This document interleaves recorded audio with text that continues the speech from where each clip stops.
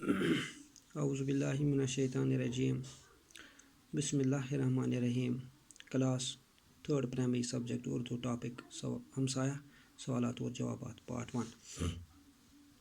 پیارے بچوں، جو اوپر سوال نمبر 1 دیا گیا ہے، یہ پڑھنے سے پہلے آپ پیج نمبر 30 نکالیے جس پر یہ سبق لکھا گیا ہے۔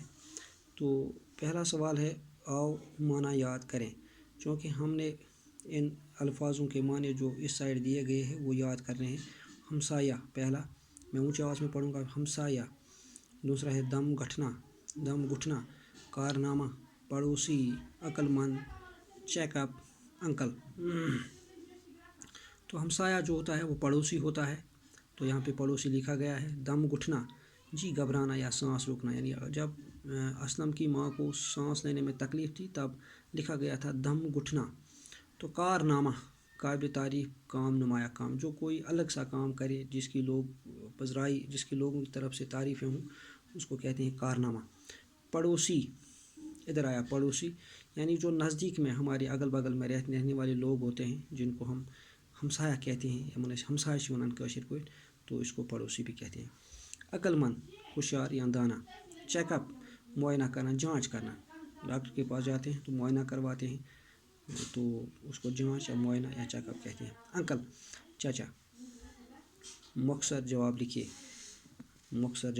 لکھیے۔ اب سوال نمبر 2 جو ہے وہ ہے، چھوٹے جو سوالات دیے گئے ہیں ان کے جو ہے وہ مختصر جواب لکھنے ہیں۔ اسلم کے پاپا کہاں گئے تھے؟ یہ سوال میں نے اس کاپی پر لکھا۔ اسلم کے پاپا کہاں گئے تھے؟ اسلم کے پاپا باہر گئے تھے۔ اسلم کی ماں کو کیا تکلیف تھی؟ اسلم کی ماں کا سر چکرا رہا تھا، اس کے علاوہ دم گھٹ رہا تھا اور سینے میں بھی تکلیف تھی۔ ڈاکٹر نے فیس کیوں نہیں لی؟ ڈاکٹر بھی گوتم کی طرح اکرم کا ہمسایہ تھا، اس لیے اس نے فیس نہیں لی۔ اسلم کا گوتم سے کیا رشتہ تھا؟ اسلم کا گوتم سے ہمسائیگی کا رشتہ تھا۔ پیارے بچوں، اسلم کے پاپا، چونکہ سبق میں ہم نے پڑھا ہے کہ وہ کہاں گئے تھے، وہ یہ نہیں لکھا گیا کہ وہ کہاں گئے تھے، بلکہ یہ لکھا گیا ہے کہ وہ گھر سے باہر گئے تھے، گھر کے کام کے لیے گئے تھے، یا تجارت کے حوالے سے گئے تھے، یا کوئی چیز خریدنے کے لیے گئے تھے، تو وہ نہیں لکھا بلکہ گھر سے باہر ہی گئے تھے، اس لیے اسلم کے پاپا باہر گئے تھے۔